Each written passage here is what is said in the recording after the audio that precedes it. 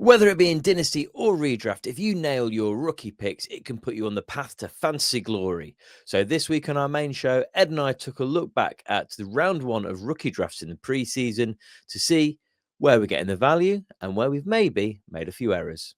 So we can have a check-in on our rookie draft ADP value check, looking back at round one, and then some other notables as well. We'll be looking at this is the round one from Dynasty rookie draft. So we are thinking from a Dynasty point of view, but also where we're at in value for redraft as well. We'll start off as the obvious place. Let's look at the 101. So the 101, Ashton Jeanty, currently the RB13, currently averaging 13.6 fantasy points per game. Not the fantasy explosion we'd hoped for, although in redraft, I think we were on the side of the fence that felt he was being overdrafted at that point. But at the same time, far from a bust pick. I'd written here because I was starting to get these notes ready over the weekend. The workload is there. And then he had like no workload at all this weekend, which was concerned. But then again, what was the point when you're looking as abysmal as the Raiders did? Why would you bother risking him? Redraft, I think he could well still come through as a sort of player that if he explodes at the later half of the season, all is forgiven. If you've got into the playoffs and he's hitting top form, then you are happy as anything. And we could look back and wonder why we ever questioned it. Dynasty, I'm not worried in the slightest. We expect too much immediately because of the minority of players in it. We look back a few weeks ago, the numbers that Derrick Henry put up, the numbers that Nick Chubb put up in the first season. James Cook, who was having a really good start. So this is the numbers he was putting up. It doesn't always hit year one, so I'm not worried at all. He's currently still on pace for 1,100 yards, 51 receptions, 12 total touchdowns. That's not a bad rookie season, is it? Yeah. The worry is... perfectly good. The worry is, after how shocking this week was, a few of those scattered in, especially if they happen during the playoffs, it could let you down massively. Omarion Hampton, obviously, unfortunately, out injured as the breakout happened, but 15.4 fantasy points per game in the games he's featured in. If he returns back at full strength, you'll be happy in absolutely all formats. And I'll stand by my preseason hot take that he'll outperform Jeanty. I might need to adjust that to be fantasy points per game if Jeanty plays the full season. But from what we've seen so far, you can be very pleased with Hampton, where you took him in redraft and if you picked him up in your rookie drafts as well. A player that we mentioned last week because we felt we'd not mentioned him very much, Tet McMillan, 11.9 fantasy points per game. He's been quietly all right. Only 2 top 24 weeks so far, but I think he'll finish the season as a solid wide receiver 2 option overall. The question from a dynasty perspective remains, is Bryce Young good enough? Xavier Legette getting targeted 11 times to McMillan's 5 this week was interesting. Let's see what a full game with the Red Rifle brings next week. Obviously, spoiler alert now. Andy Dalton, Tet McMillan, Secret Stack of the Week on our DFS show. Oh, really? Oh, hot! That is a nice route hot, one, hot isn't it? the It's the route I go, isn't it? He's en route to 1,000-yard season, which puts him in solid company. And I think it's going to be fantasy relevant for years to come. It's just, is it going to be as a top-tier talent, or is it going to be a nice piece on your roster? And then rounding up the top 4, TreVeyon Henderson, 6.7 fantasy points per game. One word and one word only, disappointing. The job share is fairly even with Stevenson up until this week. The fact that this week only 2 carries to Stevenson's 18 and James's 5 is concerning. I'm going to put it out there. Is Stevenson droppable in redraft? Do you mean what, Stevenson or Henderson? Oh, sorry, not Steve. So is Henderson droppable in redraft at this point? Oh, 100%. Yeah, I've benched him in. I've got him in a couple of places, and I've benched him. Yeah, he's not getting me the points I need. I can guarantee if I want to bring the breakout into existence, if I drop him to waivers, apps next season he's going. Yeah. Next week he's going off, isn't he? That maybe I'll just do that for the greater good. Yeah, don't rule out a mid-late season breakout though. Just it feels there's no sign of it. No, I'm gonna say improbable at the minute. I don't see a route. I've not seen anything that evidences that at all at the minute. Moving on though, Ed, the name coming into the draft really, wasn't he? Yeah, I mean, we mentioned him earlier, Travis Hunter. He's averaged 9 fancy points per game. I mean, I've written down exactly as we feared. Maybe that's a bit too extreme, but exactly as we expected from a fancy perspective. Definitely not. He's advertised as wide receiver 1 on Sleeper when I checked, which clearly is wrong. Yeah. This week was his first fancy score in excess of 10 points, which is not what people were drafting when they were drafting him, and they were drafting him on his name. It remains to be seen if that score against the Rams is a breakout or a one-off, an outlier. But his workload has gone up in the last couple of weeks in what, let's be honest, has been a bit of a misfiring Jags offense. We did kind of predicate everything we said about the Jags preseason was that it was reliable on T-Law stepping up to the mark and making the most of his weapons. And I think T-Law's been underwhelming, to say the least. So I expect a couple more good weeks from Travis Hunter, but whether he'll ever be a fancy beast, I think is unlikely. Judkins, I mean, 13.1 fancy points per game. There was a route to him being running back 1 in Cleveland, but we didn't know how the backfield would shake down alongside Dylan Sampson, the fellow rookie, and Jerome Ford. Well, I don't think there's any doubt now. This is Judkins' bad backfield, isn't it? Yeah. It was very efficient on what he did this week. I think there was also the doubts of the legal situation, wasn't the preseason, that meant that actually, I think if you've got him in redraft or best ball, you're probably very, very happy with the value you've got, haven't you?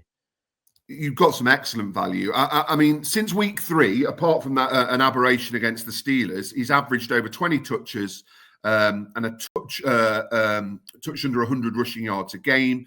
En route for a 1,000-yard season, and I can only see him getting better. He's currently RB15, and I would not be surprised if he crept towards the top 10 if he carries on improvement.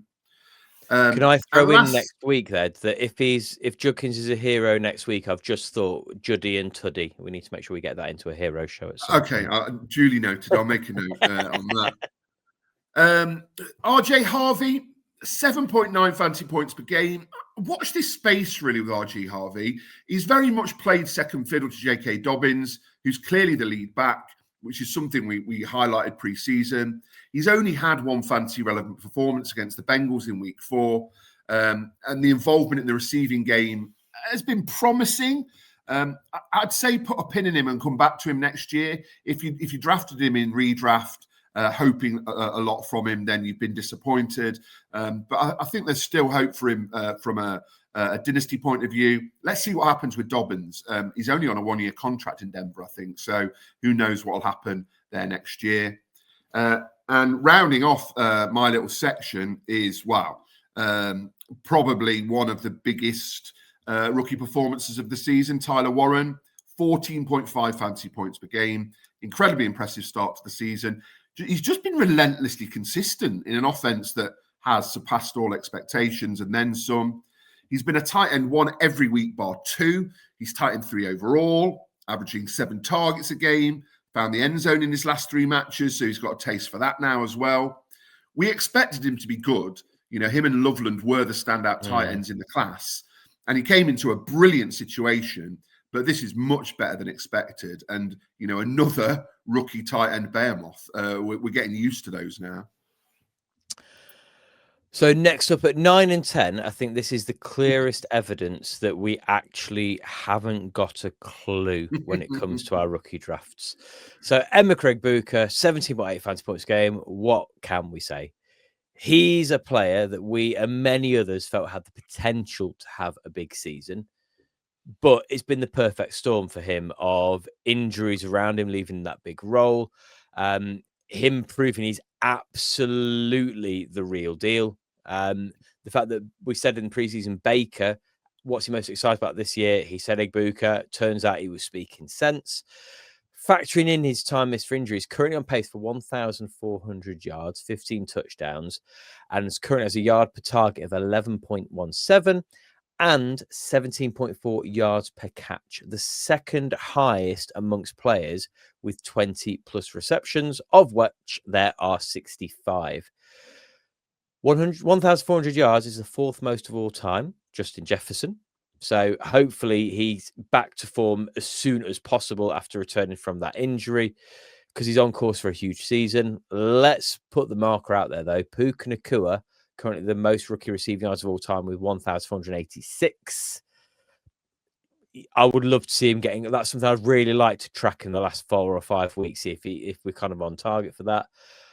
He's proven value in every format. If you got me Dynasty rookie drafts, you got the 101 at a bargain price. However, if you were torn about Egbuka, you weren't quite sure, and you thought you'd take a gamble on a running back that's landed in what looks like a really good situation in Pittsburgh, a running back that was being highly touted, and you went for Kaleb Johnson, you've got 0.17 fantasy points per game. There's not a great deal you can say when he's had 14 attempts and only turned into 36 yards. Chances are, legitimately, this is me being a little bit tongue-in-cheek, but I reckon if we actually timed it, I could be right. I think he spends more time putting on his war paint than just carrying the ball at the minute. You're probably right. Over to you for another currently disappointment, but one that I think is more understandable. Yeah, Colston Loveland. I'm particularly disappointed because I invested in him in a few leagues. He's only averaging 3.2 fantasy points per game. Struggled to make an impact in what's been a kind of stuttering offense. The Bears. He's been injured, so has missed time. But 8 total receptions this season show how little he's been used. And it's not like Cole Kmet has been playing lights out either. Williams just hasn't been using his tight ends in the receiving game, so neither of them have done much. Again, watch this space. He's not playable at the moment, but he's still in a good situation and he's got the talent to come good. So if not this season, it might be next season. And rounding off the top 12, the first round, Matthew Golden, an interesting one, at 7.9 fantasy points per game. He's slotted perfectly into the frustratingly unpredictable Green Bay receivers room. He is just made for that receivers room, averaging about 5 targets a game. He's had several double-figure fantasy scores, but yet to score a touchdown. And I think it'd be pushing it to call him a reliable flex play at the moment. It's difficult to say anything with any confidence about any Packers receiver, but there is a chance for him to emerge from the pack. I'm just not sure it'll be this season, but I would not be surprised to see a kind of sophomore breakout from him next year. So that's round one, but what we've also wanted to look at is some players that at this stage are representing some really good rookie draft value as well. So first up, the first player drafted according to ADP in the second round, Cam Skattebo, who I think we felt we were both excited by. I think you were very slightly higher than me because you got him in places where I was trying to get him just before me in many situations. 16.7 fantasy points per game. We've spoken about a lot the last few weeks, and rightly so. What a character. What a player. He was useful before Tracy went down with injury, and he stepped up in his absence. 4.12 yards per carry is pleasing so early in his career. His use in the passing game adds to the appeal. Great value in all formats, to be honest, at this point. I'm going to say I have a little bit of worry about his longevity, considering his play. His head is a weapon, I think, in his mind. It's just another thing you can use to get through people.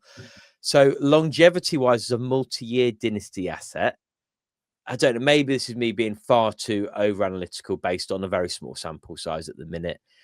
But I think he's the exact sort of player that if I had him and I was in a rebuild dynasty team, I would see his value as higher to me in trade pieces at the minute and picks than using him as a cornerstone to build my roster around. However, I'm sure there's several people that would completely disagree with that, and I would understand that. That's just, I think, if I was looking to rebuild dynasty roster, I had him. My team is a really good trade piece right now. I think I know what you mean about his longevity. He doesn't really take care of himself, does he? You kind of wince every time he explodes into contact. So yeah, it could be something that comes back to bite him. Jacory Croskey-Merritt. So he was the late hype player in pre-season, and he's sort of returned on that. Only one top 12 week, 4 weeks. Well, I've let you down though. The jury's out for me until I've seen more. And I think, to be honest, I personally think he's a player that, because there was a nice narrative around him late in the draft season, people like to get a value pick. And I think people sometimes romanticize that a bit too much and then inflate value. I personally, that's what's happened here with JCM. His average yards per carry of just over 5 yards is impressive, but can he maintain that? And his streak goes on as people have more tape on him. Last 2 weeks, 3.59 yards per carry in week 6, 2.54 in week 7. I'm not sold at the minute. But yeah, time will tell. And we've got to talk about Jaxson Dart. We mentioned him earlier,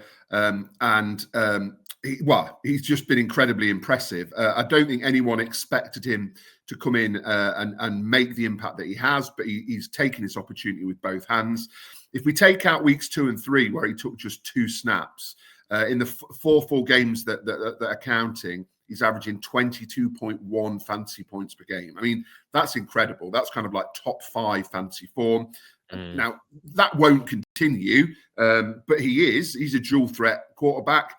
He's got weapons in the likes of Skattebo and, Wan'Dale Robinson and people like that have stepped up to the mark as well. It's genuinely exciting. I think, New York have been in the doldrums for a while, haven't they, the Giants? So I think to have someone as exciting as him alongside Cam Skattebo is exciting for real life as well as fantasy football. So I think barring anything major, unless Dylan Gabriel has some second half of the season like we've never seen before, I think he has definitely eclipsed Cam Ward as the top rookie quarterback.